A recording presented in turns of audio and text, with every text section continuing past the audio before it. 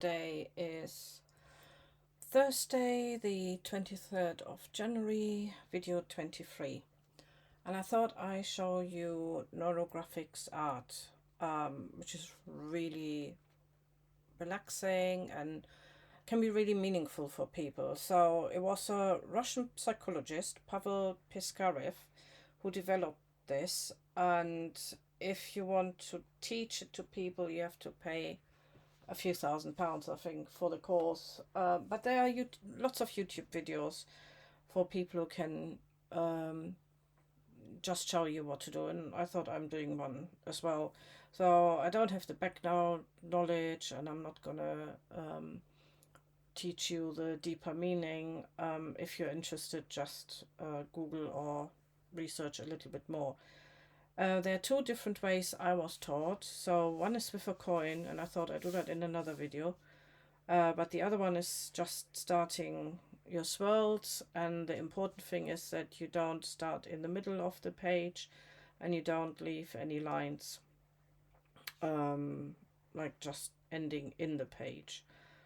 Some people like to put a word or a question at the back, and it's like giving your subconscious now it's actually like putting GPS data into your Google Maps or so. And yeah, I think the question or the word could be like giving your subconscious some GPS detail. Or you can hear my voice is going again. I had a really good day, but I think it's like 25 past 10, and my body is saying stop it now. But I really wanted to do a video every day, so here we are. So you can sort of trying to give yourself something to explore, some direction, but I don't have a word or anything, so I just randomly start anywhere, and I've got a paper underneath, so I can actually start on the other paper and then just go. And there's no rhyme or reason, and then just want to have the spaces filled without having too many wide big spaces. So, and I also don't want too many small spaces, because there's gonna be a lot of cross lines I have to round up now. Well, I leave it like this for now, but you can see every time the lines cross you have a very sharp corner, and the first thing you do is you round them all up, and just take your time. It's really good. And when I did this the first time, so you have to round them up before you start coloring them in, and I always found some that I completely forgot. So really take your time. And you can do this like with a biro pen, or I've got my oil based colors,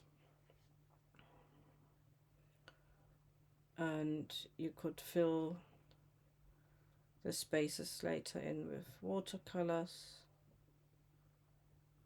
Some people discover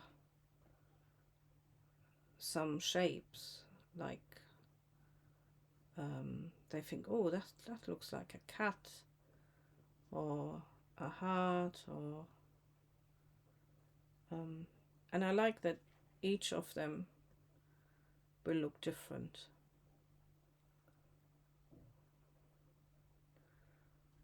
And when you've done the picture, you can sort of try to find out what you see in it, what it means to you. And you can see how they're rounded up. I think, if I remember right, the reason why it's called Neurographics art is because these connections look like brain cells. If you've ever seen a brain cell under a microscope, or well, the image of it, and they make new connections, they have these cluster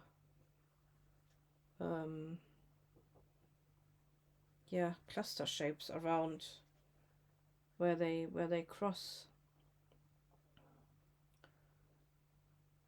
And so it's like mimicking brain cells almost.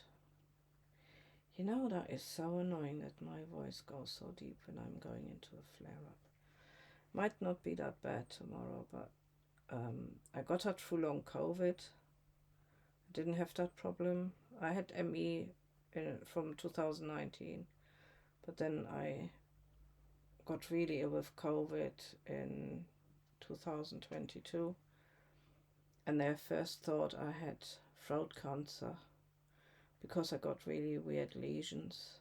And since then, when I'm like getting tired and fatigued, I don't really feel that fatigue today. At least my brain doesn't feel fatigued, and then my voice goes really deep. But also before that, I had fibromyalgia. I have fibromyalgia because I still have it. Can't really say I had from 2014, and having sore throat is a side effect. And you know, it's not even doctors who tell you this, it's other people. Like my mum's got fibromyalgia, and when I mentioned to her this weird sore throat, which feels different to what I had when I had a cold, and she actually told me that it's a side effect of fibromyalgia, or a symptom, maybe, I don't know. Side effect is probably the wrong name. So you can see I also make these lines a bit thicker. Ah, look, see? I didn't see that one earlier. I thought I've done them all and just need to do the lines thicker, but yeah, that works then as well. If you do the lines thicker, and you can yeah, so there are so many different symptoms that come along with chronic illness, and nobody really explains this to you. I mean, I didn't even get a leaflet. When I saw the first rheumatologist in 2015, because you know it takes long in the UK to get an appointment, he said, "You're 20 kilos overweight and you're getting older, no wonder you're in pain." I was 46. And then he asked me, "Oh, was that helpful?" And back then, I'm 55 now, so quite a while ago. I was very timid. I was feeling very depressed and had suicidal ideations. And I just smiled and nodded, and oh yeah, and inside I thought, well, not very pleasant thoughts. But I was too scared to say something, and I thought, oh, just wait. Try to lose weight. Well, that didn't really happen. But a year later, I was in even more pain, and I went to my GP. Well, it's a surgery, so there are like 10 people in there. I'm not with them anymore, but you know, it's not the same GP who you see. It's just potluck. And I said to her that I'm still in pain and I need to see a rheumatologist, and she was like, "Exercise is good for pain." And I'm like, "No, I really need to see someone." And I feel sorry for the people who really can't speak up for them. And if I hadn't already changed a bit, I would probably just nodded again and smiled and, "Oh yeah, thank you." So then finally, September 2016, I was diagnosed with fibromyalgia. And my mum was already diagnosed. And we know it runs in families. It could be trauma and genetics, or maybe a mix of it. Burnout. And the doctor said the most important thing I have to do is pacing, and I had to Google what pacing meant. And it still took me to get ME and long COVID to learn what pacing means, because I didn't understand the concept of it. So I had to learn the hard way, because society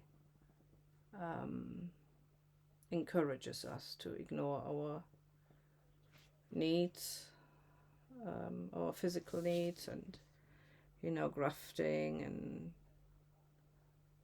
working hard. And I'm not against working hard, but there needs to be a balance, and we are encouraged to ignore these things and just keep going. And there are a few good books, but there are two, like, one is The Body Keeps the Score, and the other is When the Body Says No. And the idea is, if you don't take time for your health, then your body will take time for you. Right, so I think I've done all of them.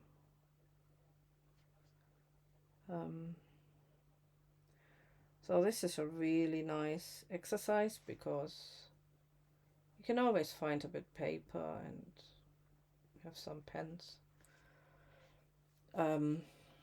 At the moment I don't feel I see any shapes other than balloons, but what I like to do, sometimes I make faces, so I might make faces with them. But I just start coloring them in. If I can find my colors. Oh yeah, here. Right, so these are the oil-based colored pencils I got from Amazon and from Art and Fly. I don't get any, I'm not an affiliate or so from them. I really just chose some that didn't seem to be too expensive. And they've got quite nice colors. And then I just choose one that speaks to me. And again, there is no rushing necessary.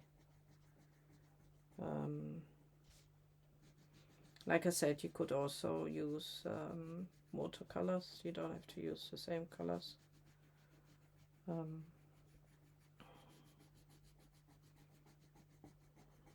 just take your time. I like, oh, my wrist really hurts. I also have osteoarthritis, so that's really painful today. I like these oil colors. They're really soft. Especially some of the cheaper acrylic colors can be really hard. And if you have any issues with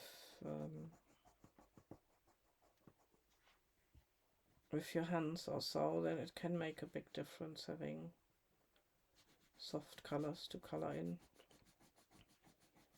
And you can blend these really well with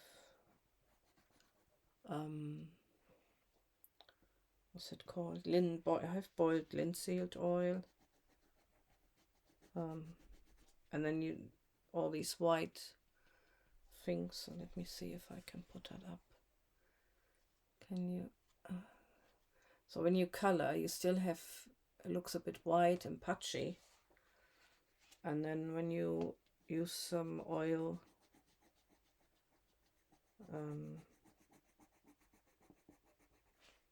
you can blend it all really nicely, and you won't see these white patches anymore.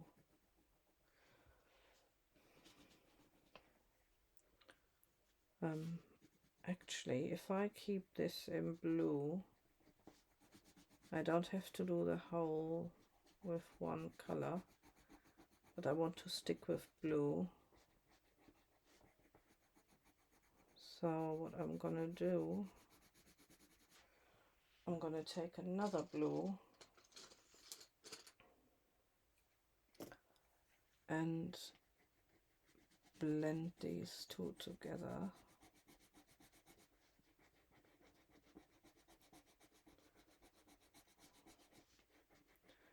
Like I said, I'm not trying, oh look, I colored outside the line, oh dear. I'm not trained in the deeper meaning of neurographics art, but I think if you're looking for something that's very simple to do, might be a nice exercise. I remember the person who taught us this recommended to do this in one setting, so you shouldn't just try it. But again, I'm like, how much energy do you have left? I think doing something is always better than doing nothing, and I'm definitely not gonna finish the whole thing in one go.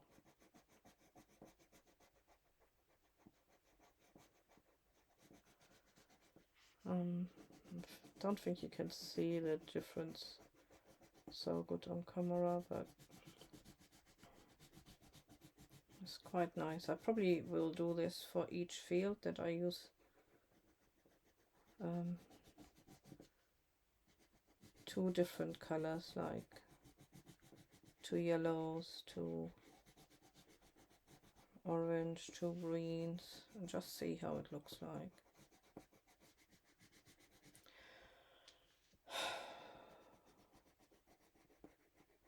And you know, for some people with chronic illness, that can be already too much, because you have to press a bit hard, so watercolor would probably be easier.